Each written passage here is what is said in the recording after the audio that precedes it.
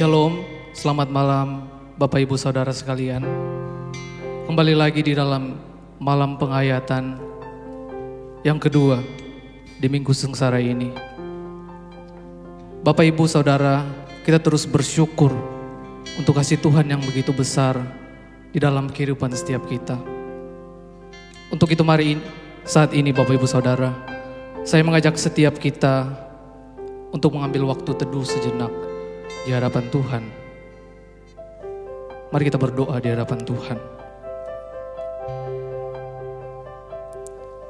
Mari kita bersyukur untuk kasih Tuhan bagi setiap kita. Dia Allah yang telah mati, Dia Allah yang telah menderita karena setiap dosa yang telah kita lakukan. Tapi karena kasih-Nya yang begitu besar,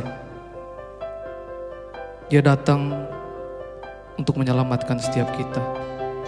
Mari masing-masing pribadi kita bersyukur di hadapan Tuhan.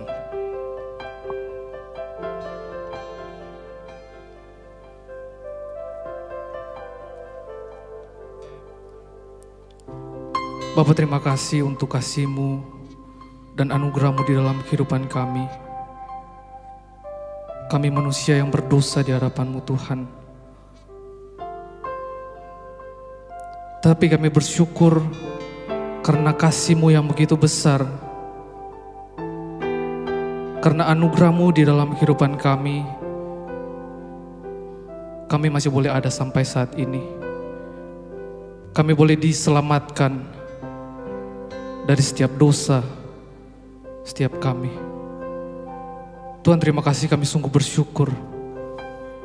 Tuhan, tolong setiap kami, persiapkan hati pikiran kami Tuhan, untuk kami mau menyembah Tuhan, untuk kami mau menikmati Tuhan, untuk kami mau terus mengingat akan penderitaan Tuhan yang telah Engkau alami dalam perjalanan-Mu Tuhan, untuk menebus setiap dosa yang telah kami lakukan di hadapan-Mu. Terima kasih Tuhan, kami menyerahkan semuanya ke dalam tangan-Mu. Ibadah di malam hari ini ke dalam tangan-Mu Tuhan. Di dalam nama Tuhan Yesus Kristus kami telah berdoa dan bersyukur. Amin. Bapak Ibu Saudara, di dalam Roma 5 ayat 8, akan tetapi Allah menunjukkan kasih-Nya kepada kita oleh karena Kristus telah mati untuk kita ketika kita masih berdosa. Bukan karena setiap kita, bukan karena kebaikan kita, bukan karena kita berharga, tetapi karena kasih Allah di dalam kehidupan kita. Kasih Allah yang begitu sempurna yang terjadi atas kehidupan kita.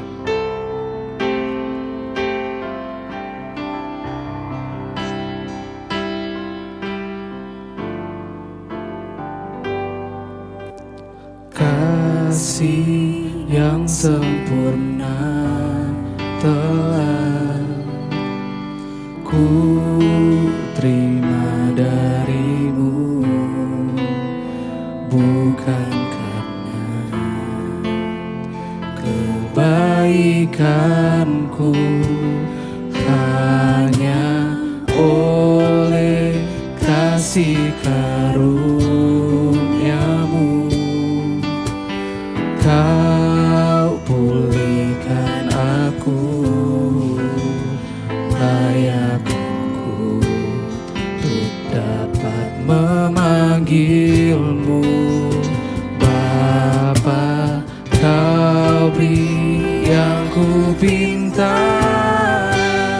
saat ku mencari, ku mendapatkan. Kau ketuk pintu-Mu dan Kau bukakan, sebab Kau Bapa-Ku, Bapa yang kekal. Takkan Kau biarkan aku melangkah sendirian. Kau selalu ada bagiku, sebab Kau Bapa-Ku, Bapa kekal. Kita mengangkat pujian ini sekali lagi. Kasih yang sempurna, Kasih yang sempurna telah ku terima darimu, bukan karena kebaikanku, hanya oleh kasih karuniamu Kau pulihkan aku, layakku untuk dapat memanggilmu Bapa. Kau beri yang ku pinta saat ku mencari, ku mendapatkan. Ku ketuk pintumu dan kau bukakan, sebab kau Bapa-Ku, Bapa yang kekal. Akan kau biarkan aku melangkahnya sendirian, kau selalu ada bagiku, sebab kau Bapa-Ku, Bapa yang kekal. kami bersyukur Tuhan karena Engkau telah menjadi juru selamat setiap kami. Terima kasih Tuhan.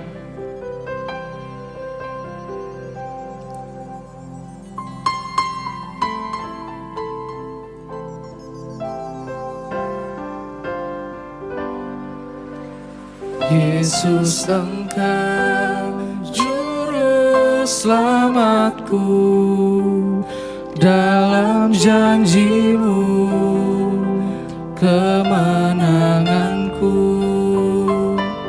selamanya kan ku nyatakan besar setiamu Tuhan di hidupku. Tiada pernah sedetik pun Tuhan Engkau meninggalkan kami. Tiada pernah sedetik pun, tiada pernah kau tinggalkan. Sungguh mulia dan sempurna, hanya kau layak disembah. Yesus, Engkau juru selamatku, dalam janji-Mu kemenanganku, selamanya kan ku nyatakan besar setiamu Tuhan di hidupku. Selamanya akan kami nyatakan Tuhan. Selamanya kan ku nyatakan besar setiamu Tuhan di hidupku.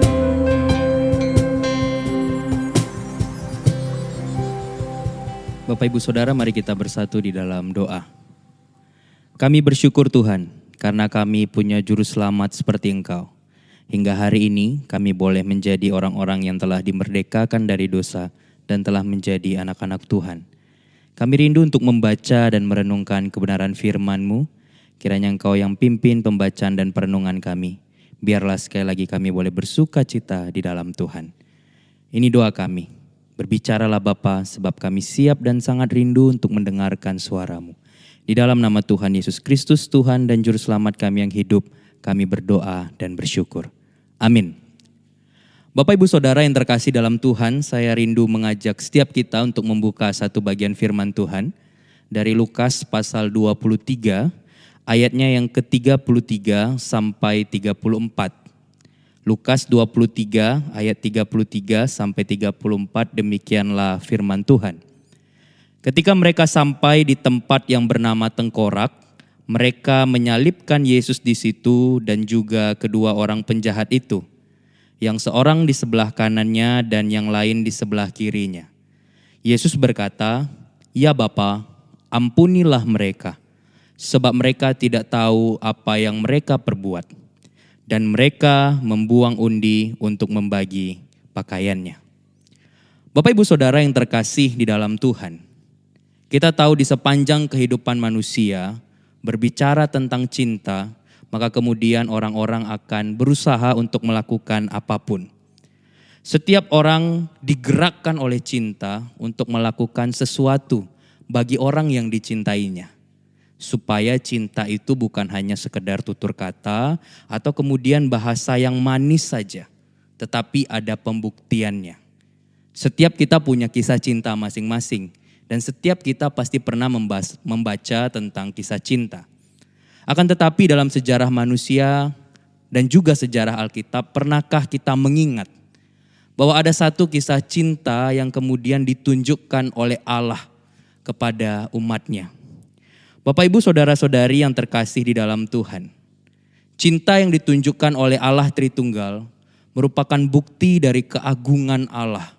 Dan cinta itu ditunjukkan dan dapat kita temukan di dalam salib Kristus. Tapi pertanyaannya adalah ketika kita menghayati masa sengsara Yesus ini. Ketika hari ini kita mengikuti ibadah ini. Pertanyaannya adalah, apakah kita sungguh menyadari akan cinta Tuhan ini? Apakah keagungan cinta Allah di dalam salib Kristus itu menjadi penghayatan hidup dan penghayatan pelayanan kita selama ini? Apakah hidup dan perkataan kita telah menunjukkan sebuah cara hidup yang dikuasai oleh cinta Allah itu? Atau apakah kita makin hari makin mencintai Dia, semakin dekat dan semakin rindu untuk mendengarkannya, semakin rindu untuk mengenalnya lebih lagi? Bapak Ibu Saudara, tentu itu harapan kita. Atau justru yang terjadi sebaliknya. Salib bukan lagi menjadi sesuatu yang relevan bagi kehidupan kita. Salib hanya seperti monumen tanpa makna yang tidak berarti apa-apa bagi saya dan saudara. Sehingga kemudian kita memilih untuk tidak menampakkan cintanya Kristus itu di dalam kehidupan kita. Hari ini kita merenungkan pertanyaan ini Bapak Ibu. Apakah salib itu masih menjadi hal yang terus kita ingat dan terus kita pegang? Melalui firman yang tadi kita baca, secara khusus di dalam Lukas pasal 23, mengambil setting tentang bagaimana Yesus yang dibawa untuk disalibkan. Bapak Ibu Saudara-saudari yang terkasih di dalam Tuhan, salib bukan hanya kemudian menjadi sebuah tempat di mana orang-orang Yahudi menyalibkan Kristus, atau kemudian di sanalah Kristus seakan-akan tidak berdaya Bapak Ibu. Tetapi kemudian alih-alih menjadikan tempat di mana dia tidak berdaya, salib justru dipakai oleh Yesus untuk menjadi mimbar di mana dia menunjukkan bahwa keagungan cinta Allah Tritunggal itu mengatasi segala halangan agar manusia dapat menemukan jalan kembali kepada Allah. Sekali lagi saya ulangi, salib itu menjadi sebuah proklamasi di mana Allah menunjukkan keagungan cintanya. Dan kemudian salib itu membuktikan bahwa Allah mengatasi segala halangan agar manusia dapat menemukan jalan pulang kembali kepada Allah. Bapak Ibu yang terkasih di dalam Tuhan, kita membaca bagian ini, kita pun sedang menghayati tentang sengsara Yesus. Dan mari kita melihat, dengan apakah Yesus membuktikan keagungan cinta Allah itu kepada setiap ciptaan. Dengan apakah Kristus kemudian membuktikan keagungan cinta Allah kepada manusia yang berdosa itu di atas kayu salib. yaitu melalui kerelaannya. Kerelaannya untuk menderita dan kerelaannya memberikan pengampunan tanpa syarat kepada mereka yang menolaknya. Ketika kita melihat hukuman salib yang begitu berat, Bapak Ibu, setiap orang yang mengalami hukuman salib, maka cenderung kemudian akan dikuasai oleh rasa takut. Mereka menjerit-jerit kesakitan, mungkin memohon ampun, dan bahkan tidak jarang mengeluarkan kata-kata makian atau kutukan. Akan tetapi berbeda dengan Yesus Kristus ketika kemudian dia harus menjalani salib itu. Firman Tuhan mencatat meski ia menderita, ia memilih untuk diam dan kemudian ia hanya berdoa. Dan kalimat yang muncul dari seseorang yang sedang menderita menanggung beban hukuman dosa itu adalah, "Ya Bapa, ampunilah mereka, sebab mereka tidak tahu apa yang mereka perbuat." Ironis sekali Bapak Ibu, karena Yesus memohon pengampunan dari Allah atas orang-orang yang merencanakan dan menertawakan penyalipannya. Orang-orang Farisi tertawa, para ahli Taurat pun puas dengan apa yang mereka capai. Bahkan semua orang berteriak, "Salibkan dia, salibkan dia." Akan tetapi Yesus hanya berkata, "Mereka tidak tahu apa yang mereka perbuat." Bapak Ibu, ini sesuatu yang tidak masuk akal. Karena menyingkirkan Yesus adalah agenda mereka. Bagaimana mungkin mereka tidak tahu apa yang mereka berbuat? Bukankah sejak awal mereka telah bersekongkol dan dengan sadar merencanakan tentang pembunuhan Yesus? Jelas di sini bahwa menyingkirkan Yesus itu dan proses penyalipan Yesus itu adalah bagian dari rencana mereka. Bagi mereka Yesus adalah ancaman. Bahkan mereka mengejek Yesus dengan mengatakan, "Orang lain ia selamatkan, biarlah sekarang ia menyelamatkan dirinya. Jika ia adalah Mesias, orang yang dipilih Allah." Bukan hanya para ahli Taurat, orang Farisi dan orang banyak yang menertawakan Bapak Ibu. Bahkan di sini dicatat para prajurit pun ikut mengolok-olok Yesus dengan mengunjukkan anggur asam kepadanya dan berkata, "Jika engkau memang raja orang Yahudi, selamatkanlah dirimu."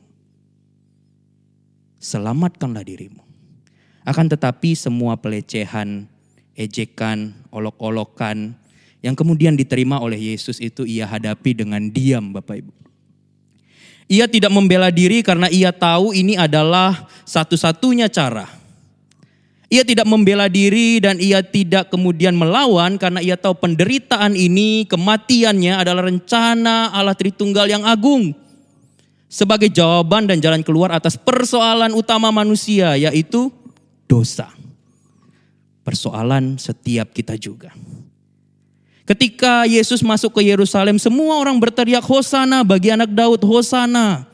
Mereka seakan-akan berteriak, "Lepaskanlah kami, tolonglah kami." Dan itulah yang dilakukan oleh Yesus. Melalui penderitaannya, kematiannya di kayu salib. Kemudian ia bukan hanya sekedar menebus dosa manusia. Tetapi ia menelanjangi dosa dan mengalahkan maut. Akan tetapi dosa mengaburkan itu semua sehingga tidak disadari dan tidak dipahami oleh manusia yang berdosa dan terbatas. Bapak Ibu yang terkasih di dalam Tuhan. Ampunilah mereka bukan hanya terucap ketika disalib. Kalau kita melihat dengan lebih teliti kalimat ini dan melihat dalam bahasa aslinya.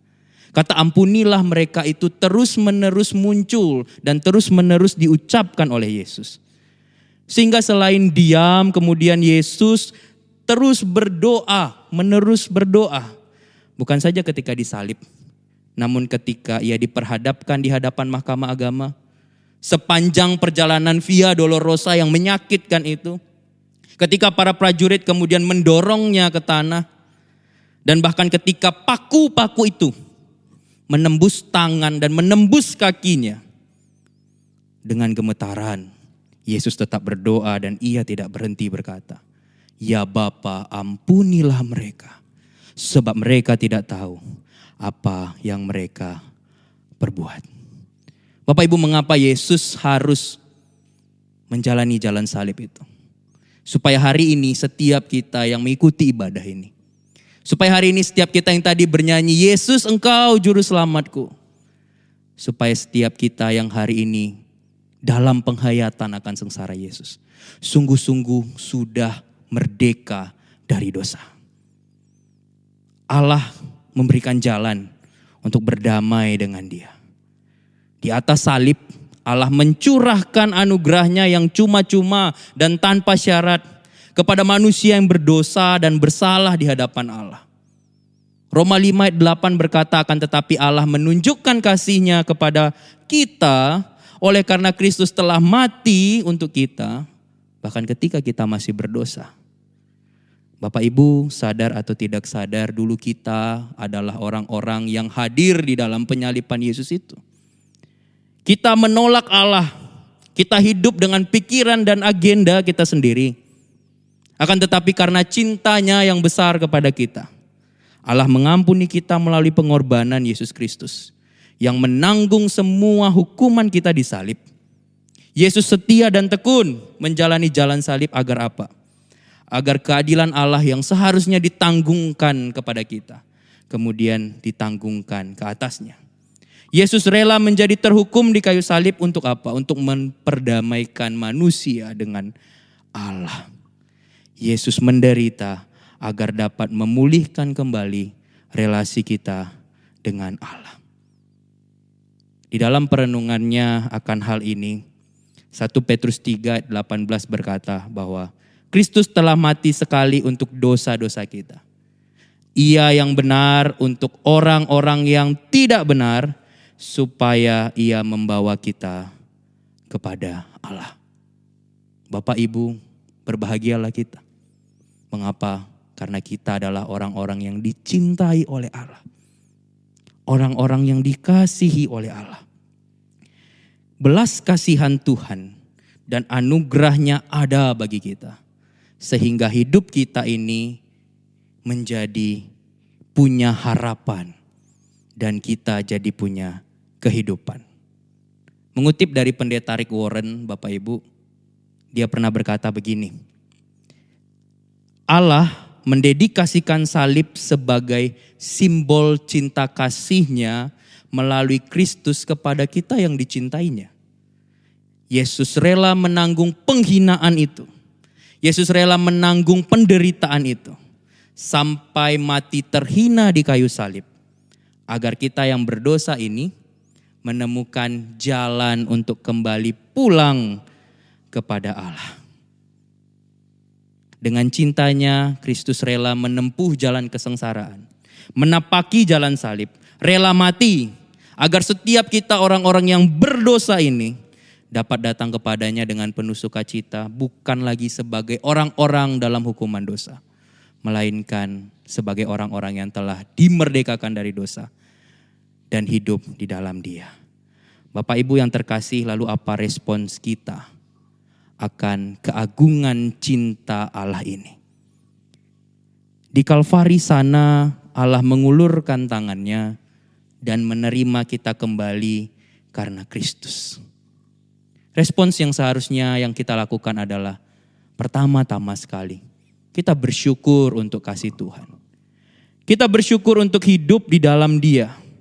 Hidup yang semakin mengagumi, makin mengasihi Dia dengan makin sering dan bersemangat untuk datang mendekat dan mengenal Dia. Bapak Ibu, kita perlu terus berdoa supaya Tuhan senantiasa memurnikan hati kita. Sehingga momen demi momen ketika kita menghayati Jumat Agung dan Paskah bukan hanya kemudian menjadi satu hal yang harus dilakukan karena bagian dari hari raya gerejawi semata. Tidak. Tetapi setiap penghayatan demi penghayatan yang kita ikuti.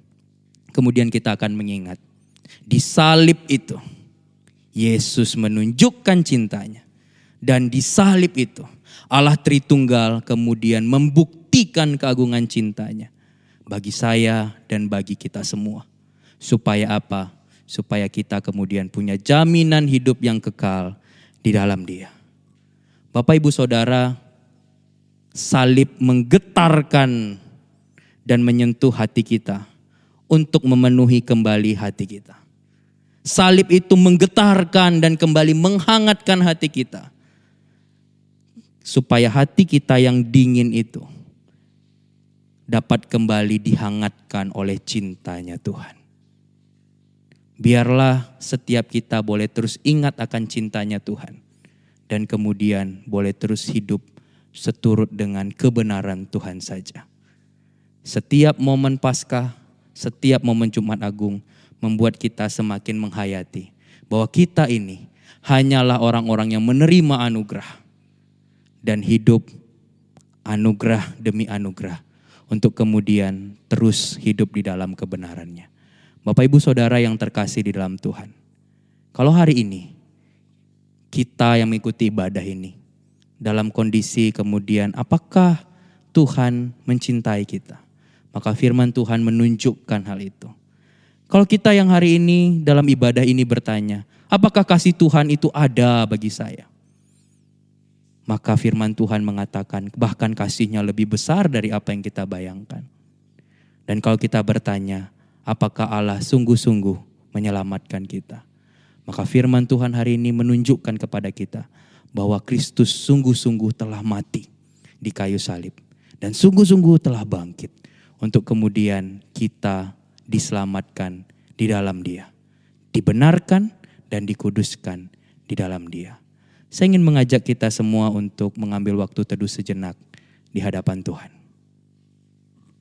Mari kita mengambil waktu teduh di hadapan Tuhan. Dan kemudian mari kita sejenak untuk memikirkan. Apakah hidup kita ini sungguh-sungguh mencerminkan cintanya Tuhan? Apakah kita dalam hidup kita ini sudah sungguh-sungguh mencintai Tuhan? Apakah kita dalam hidup kita ini sudah sungguh-sungguh berkomitmen untuk hidup seturut dengan kebenaran firman Tuhan?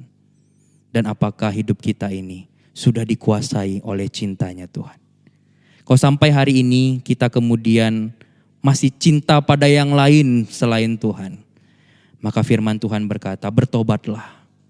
Karena Kristus jauh lebih mencintai kita daripada apa yang kita cintai itu. Kalau hari ini kita masih kemudian berharap pada yang lain, maka firman Tuhan berkata, stop dan berharaplah hanya kepada Kristus saja. Karena Kristus sungguh-sungguh adalah harapan satu-satunya kita. Dan jika hari ini Kristus kemudian melalui firman-Nya mengingatkan kita lagi untuk kembali kepada Dia, maka kembalilah kepadanya. Ambillah komitmen yang baru di hadapan Tuhan untuk boleh terus hidup di dalam cintanya, dikuasai oleh cintanya, dan kemudian terus hidup di dalam kebenarannya. Saya memberikan waktu kepada kita untuk berdoa secara pribadi di hadapan Tuhan.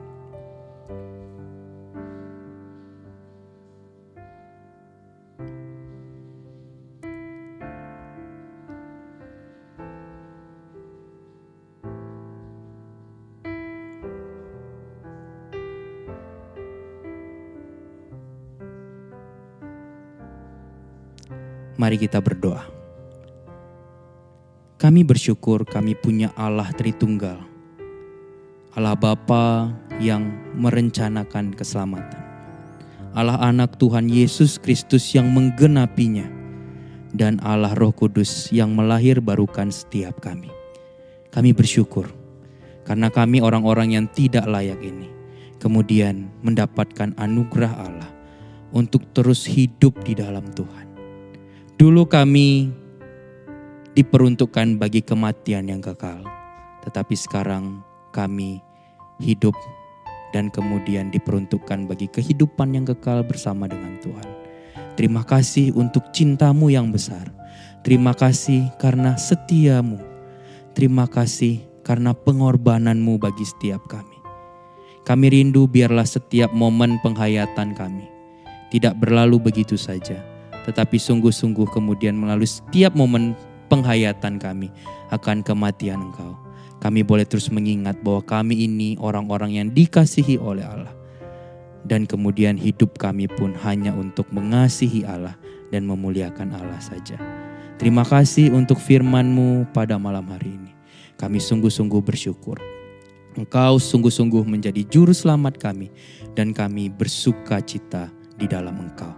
Kami bersyukur di dalam nama Tuhan Yesus Kristus, Tuhan dan Juru Selamat kami yang hidup. Kami berdoa. Amin.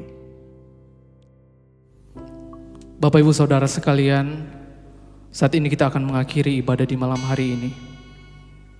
Biarlah setiap kita terus mengingat akan kasih Tuhan di dalam kehidupan kita, supaya kita boleh hidup terus mengasihi Tuhan di dalam kehidupan kita. Mari dengan penuh syukur di hadapan Tuhan, kita mau mengangkat pujian ini bagi Tuhan.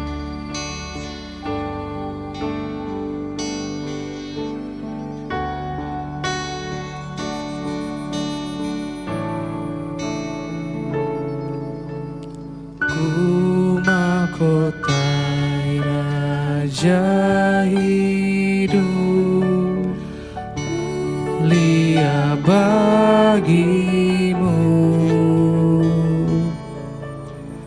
Ingat mahkota durimu, pimpin ke Kalvari. Tak ku lupa Getsemani, tak ku lupa sengsaramu. Tak ku lupakan kasihku, pimpin ke Kalvari. Ku rela segenap hati, Ku rela segenap hati memikul salibmu. Terima cawan besertamu, pimpin ke Kalvari. Tak ku lupa Getsemani, tak ku lupa sengsaramu. Tak ku lupakan kasihmu, pimpin ke Kalvari. Tak ku lupa Getsemani, tak ku lupa sengsaramu. Tak ku lupakan kasihmu, pimpin ke Kalvari.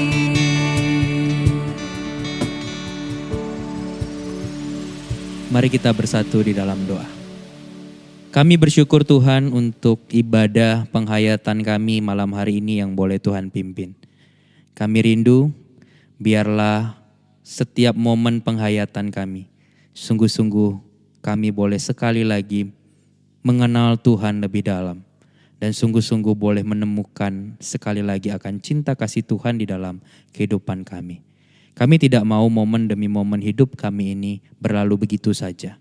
Tetapi biarlah kasih-Mu itu boleh terus melingkupi setiap kami.